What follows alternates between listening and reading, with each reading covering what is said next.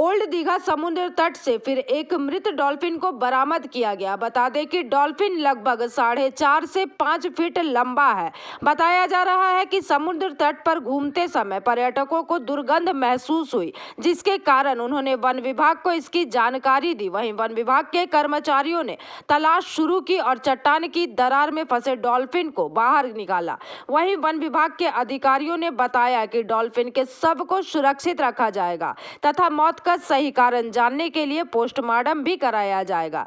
जानकारी देते हुए बता दें कि डॉल्फिन आम तौर पर गहरे समुद्र में रहती है, परंतु कभी-कभी जहाजों से टकराने या मछुआरों के जाल में फंस जाने की वजह से वे समुद्र तट के पास आ जाते हैं और मर जाते हैं। वहीं दूसरी ओर मृत डॉल्फिन को देखने के लिए बड़ी संख्या में पर्यटक एकत्रित हुए।